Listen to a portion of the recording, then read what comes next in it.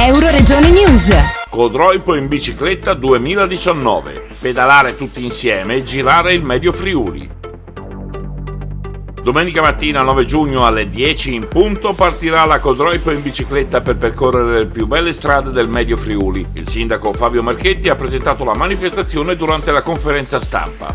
Un grande grazie da parte delle amministrazioni di Codroipo, di Varmo con mio amico sindaco Sergio Michelin e di Camino al Tagliamento col sindaco Locatelli al quale facciamo gli auguri perché è stato rieletto a capo di quella importante amministrazione comunale. Siamo qui a annunciare, a dire grazie alla Proloco Villa Manin e ai numerosissimi sponsor, tra cui il qui presente signor Arteni, che ogni anno ci beneficia, anzi da molti anni ci beneficia della sua graditissima sponsorizzazione, che qualifica ancora di più questa bellissima iniziativa. Siamo a presentare la Codroipo in bicicletta. Quest'anno modifica il percorso.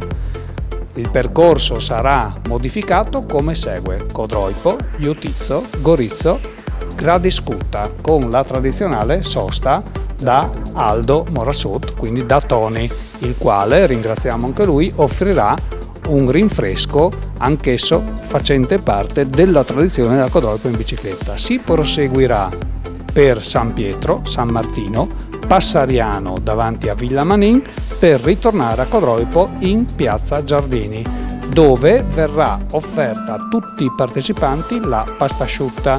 Ricordiamo che la quota di partecipazione, che è di euro 10, quest'anno comprende l'assicurazione, la maglietta che vedete qui indossata dal Presidente, la pasta asciutta e un mezzo litro d'acqua, oltre che il rinfresco buffet da Tony a Gradiscutta. Quindi con 10 euro le famiglie potranno soddisfare una bella scampagnata domenicale all'insegna della salute, del movimento, dello star bene in forma, ma soprattutto anche dello scoprire i nostri luoghi e riviverli con la calma e la lentezza della bicicletta e non con la frenesia dei nostri tempi, che sono molto molto molto stressanti. Quindi una domenica di tranquillità, speriamo una domenica di bel tempo perché ne abbiamo tutti quanti bisogno, e una scampagnata in allegria con un ritrovo in piazza Giardini, dove ci saranno anche molte altre manifestazioni da lietare questo fine settimana codroipese.